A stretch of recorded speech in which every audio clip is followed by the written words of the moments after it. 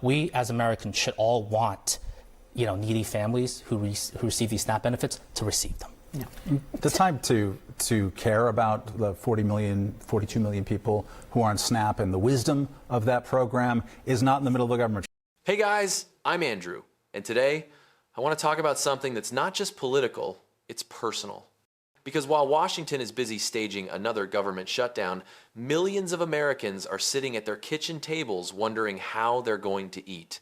This isn't just about politics or party lines. It's about whether the richest country in the world still cares about the people who make it run. It's about 40 million Americans on SNAP benefits, and the fact that their ability to feed their families has become a bargaining chip in yet another power struggle between Republicans and Democrats. You can feel it in every headline. Lately, layoffs, inflation, higher bills, UPS, Amazon, Ford, Microsoft, Kroger, all cutting jobs while the cost of living keeps climbing.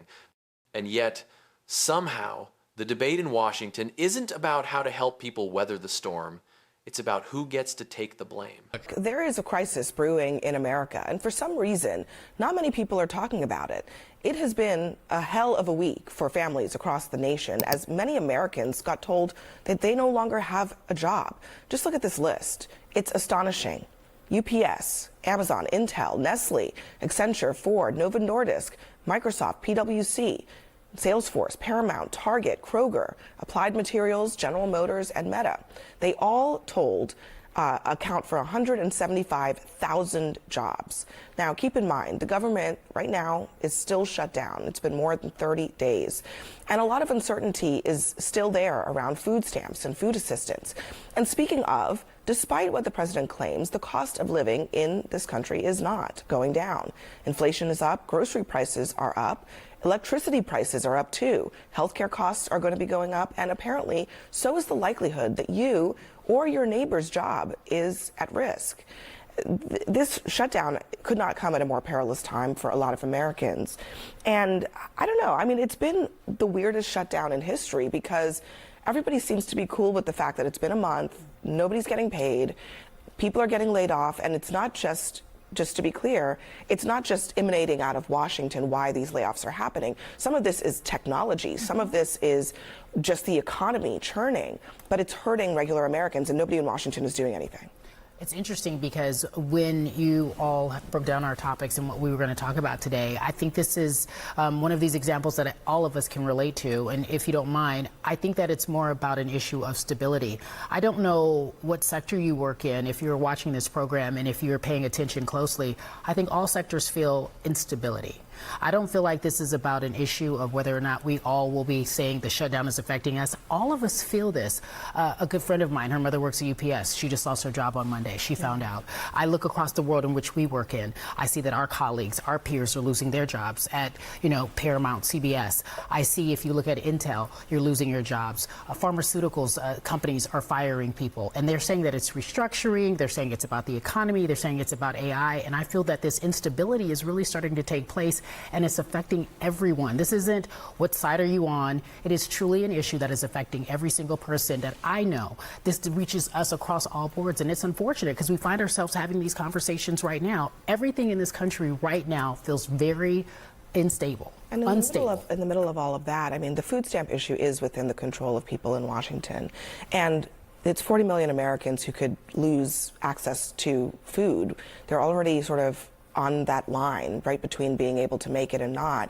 Why not just take that off the table in this other fight over the government shutdown? Well, the judge yesterday took it off the table, at least for the time being, and so we're not going to see it. I think the Trump administration was trying to make this we've never suspended SNAP benefits during a government shutdown of all the shutdowns that we've had over the last 30 years. So I don't think it was going to happen here. The Trump administration wanted to do that to put pressure on Democrats to go back in and try to settle this because Democrats would be very responsive to that moment. But I think what you were talking about speaks specifically to an underrated part of the instability that we're facing right now, which is that Donald Trump raised the average tariff in this country by 500% this year. We've never seen anything like this in the history of America. That's going to, of course, when you're putting import taxes like that, it's going to affect the prices of goods, and it's also going to affect investment by companies and whether they're going to make long-term plans or not. And that breeds a lot of the instability. The belt tightening is happening for sure. Well, I gotta say, on the point of the federal judge, I mean, if the federal judge can rule that the Trump administration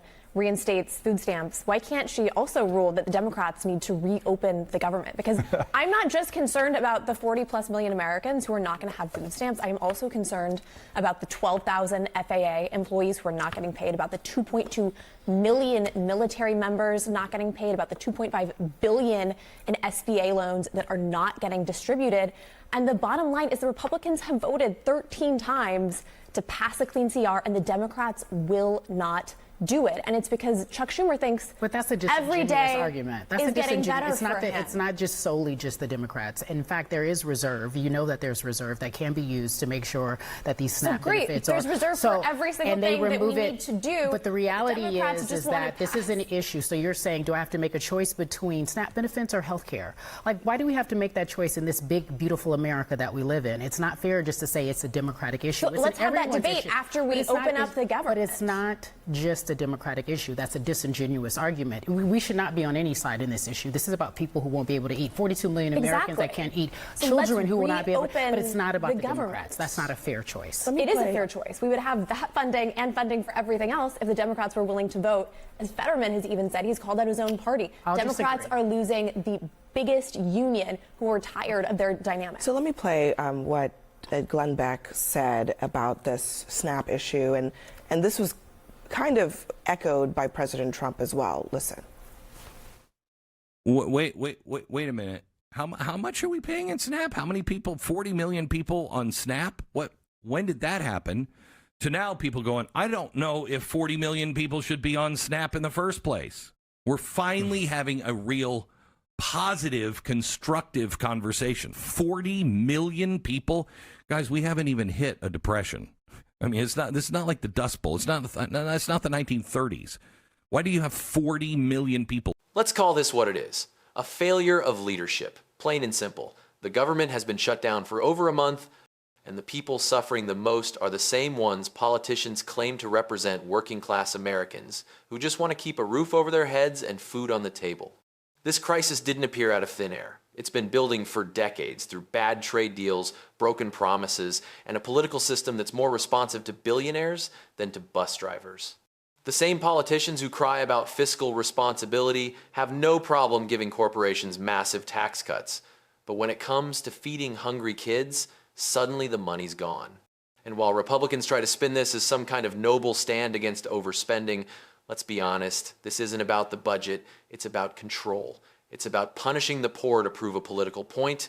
It's about sending a message that if you're struggling, it's your fault, not the system's.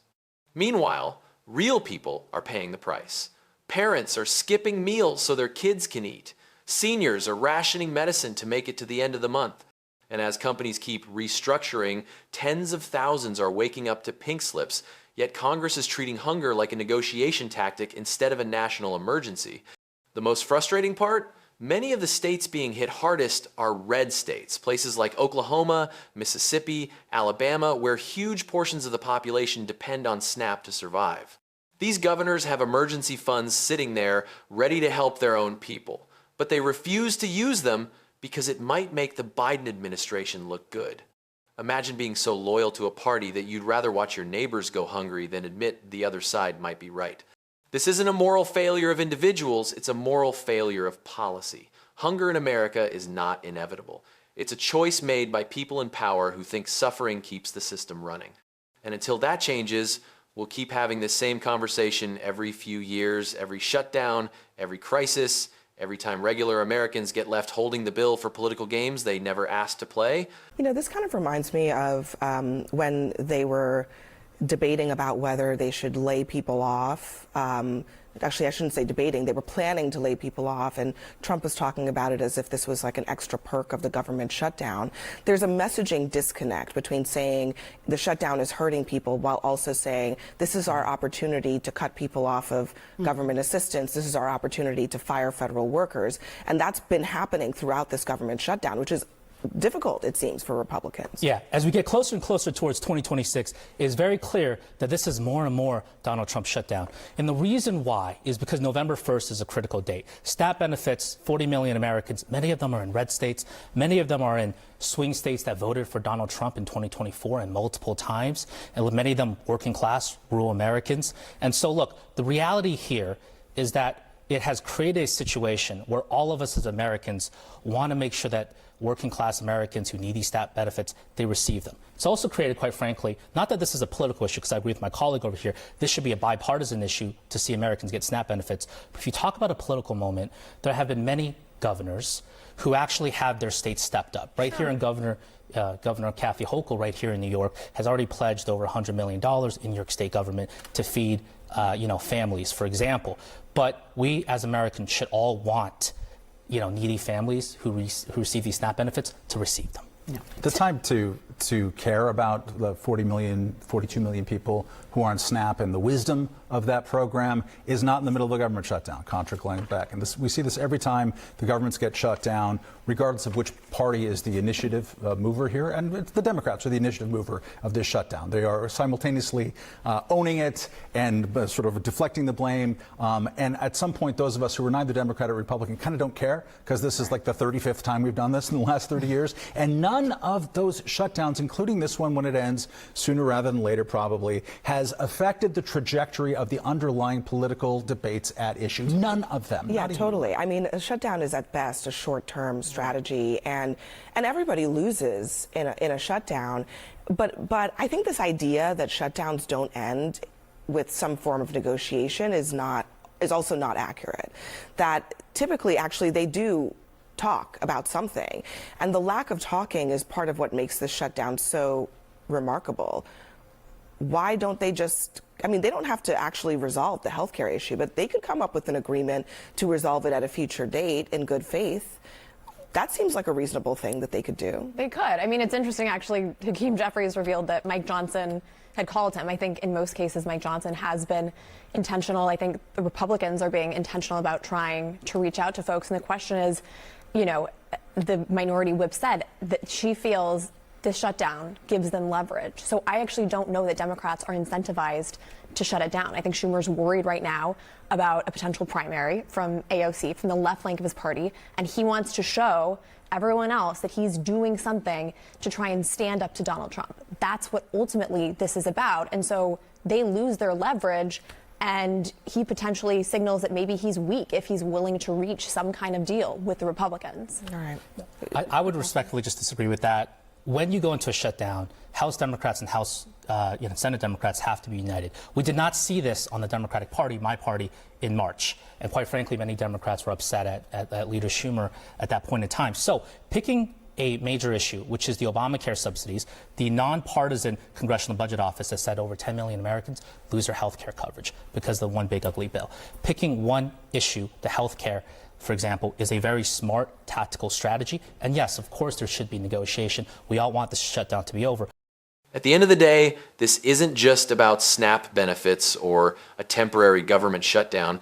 It's about what kind of country we want to be when the cameras turn off. Because hunger doesn't care if you're red or blue, liberal or conservative. It only cares that you can't afford dinner tonight. We've seen this movie too many times. The shutdowns, the blame games, the press conferences. But here's the truth. No one in Washington will admit. This isn't a standoff between parties. It's a standoff between power and people, between those who see government as a weapon and those who just need it to work. America loves to call itself the land of opportunity, but what opportunity exists when you can work 40, 50, 60 hours a week and still come home to an empty fridge? What freedom is there when you have to choose between insulin and groceries? What dignity is left when your government treats your hunger as a debate topic? We can't keep normalizing this. We can't keep pretending this is just politics as usual, because the moment we accept hunger as a political strategy, we lose something much bigger than a budget fight. We lose our conscience, and maybe that's the real test of democracy right now. Not whether our leaders can win another election, but whether they can still remember what it means to lead. Because democracy isn't measured by the wealth of its billionaires, it's measured by how it treats the people who have the least. This is Andrew on Politics, and if you've made it this far, I want to hear from you. Do you think hunger should ever be part of a political negotiation? And what would you say to lawmakers who see food assistance as a bargaining chip instead of a moral duty? Drop your thoughts below. I read every comment. If you believe America can and should do better, hit that like button, share this video with someone who cares, and make sure to subscribe. Because the fight for democracy isn't just about voting, it's about refusing to accept a country that leaves its people hungry.